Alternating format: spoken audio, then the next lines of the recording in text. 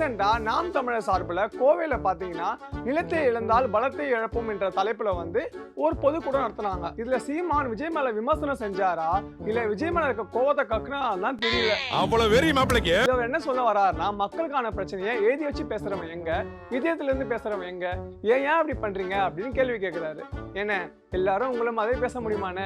எவ்வளவு பிட்டு இழத்தாப்பா அந்த காவிய தாங்க. இதுல முக்கியமா எம்ஜிஆர் விஜயகாந்த் எல்லாம் மக்களோட பிரச்சனையை மனசுல இருந்து பேசுனாங்க.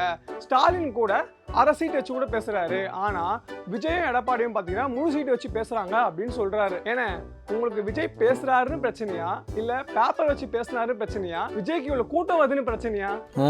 அதே மாதிரி ரஜினியும் அஜித்தும் அவங்களோட புகழ வியாபாரம் செய்ய விரும்பல அப்படின்னு புகழ்ந்து பேசியிருக்காரு. நேத்து வரைக்கும் ரஜினிகாந்த மராட்டியனும் விஜயகாந்த வந்து தெலுங்கு விமர்சனம் செஞ்ச ஆளு இன்னைக்கு இப்படி சொல்றாரு. குச்சமே இல்ல. நாளைக்கு அஜித் அரசியலுக்கே வந்தாலும் அவரையும் இப்படிதான் விமர்சனம் செய்வாரு போல. திமுக முப்பெரும் விழா 2025 கரூர் செப்டம்பர் 17 மாலை 6 மணி முதல் அனைவரும் வருக.